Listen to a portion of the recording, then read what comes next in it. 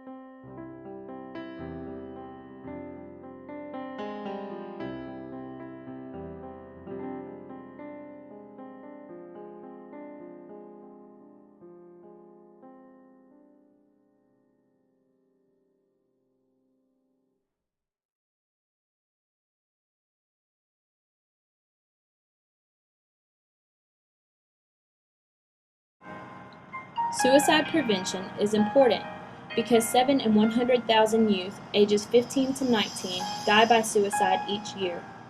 1 in 100,000 children ages 10 to 14 die by suicide each year. Suicide is the second leading cause of death for American youth ages 15 to 24. Over 2,000 children and teens died by suicide in 2013. For every suicide death, there are between 50 to 200 attempts. There were over 116,000 self-inflicted injuries for teens in 2013. 18% of high school students seriously considered suicide. 13% made a plan, and 8% attempted suicide in 2013.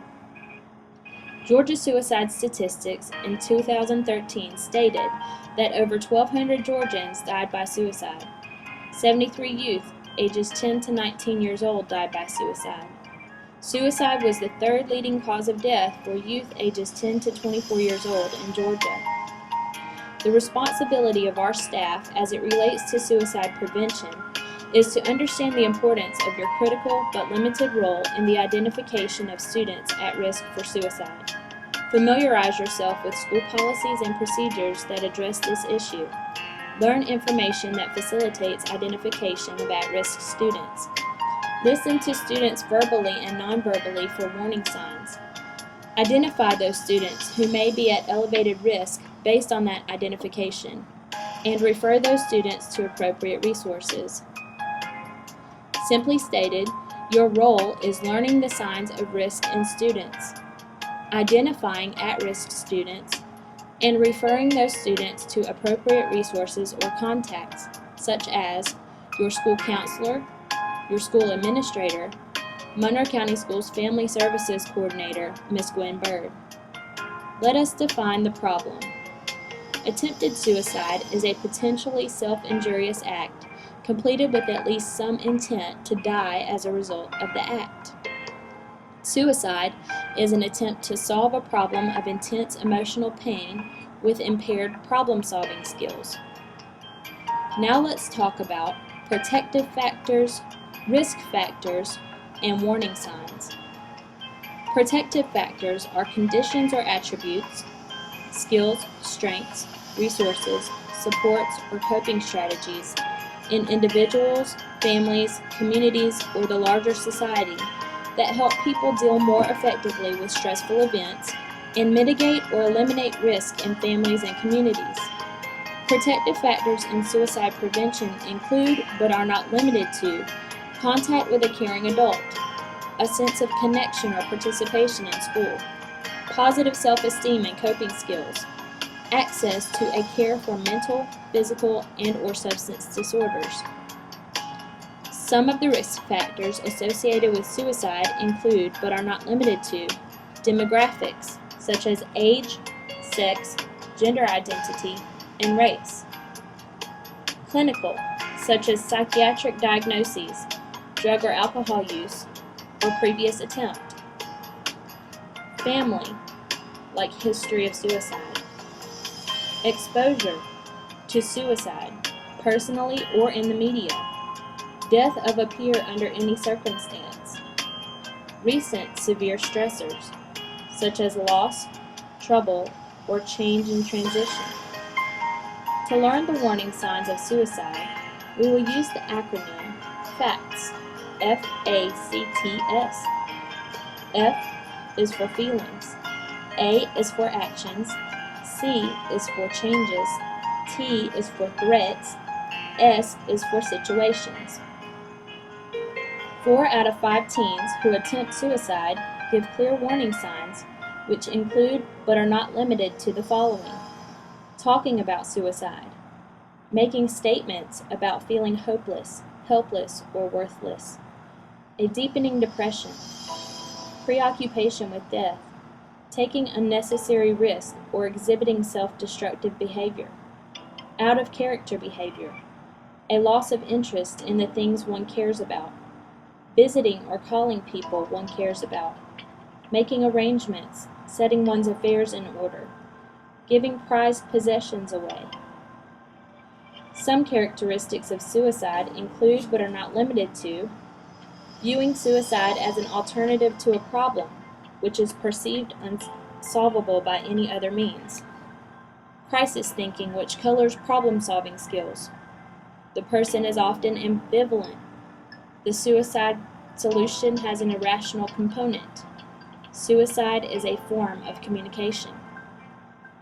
Students who are at a higher risk for suicide often threaten to commit suicide, look for access or means to commit suicide, talk or write about death, dying, and/or suicide, have made previous attempts that were serious enough to require hospitalization. Here are 3 steps to help students who are at risk of suicide. Recognize the warning signs. Provide support by expressing concern and seeking clarification. Provide a warm handoff by referring the student to the appropriate resources. Here are some protective factors you can begin to practice that will help prevent suicide. Teach students that it is okay to ask for help. Give students permission to talk about traumatic events, like suicide. Help students identify trusted adults. Encourage students to participate in school and community activities. Acknowledge student efforts. Be a good listener as often as you can. Some things that can further help you prepare yourself as it relates to suicide prevention are knowing school policies and procedures, examining your personal attitudes and values towards suicide, reviewing your curriculum for ways in which you can foster protective factors, such as resiliency, assurance, and empathy. Remember that your role is to simply learn the signs of risk in students, identify at-risk students, and refer those students to the appropriate resources.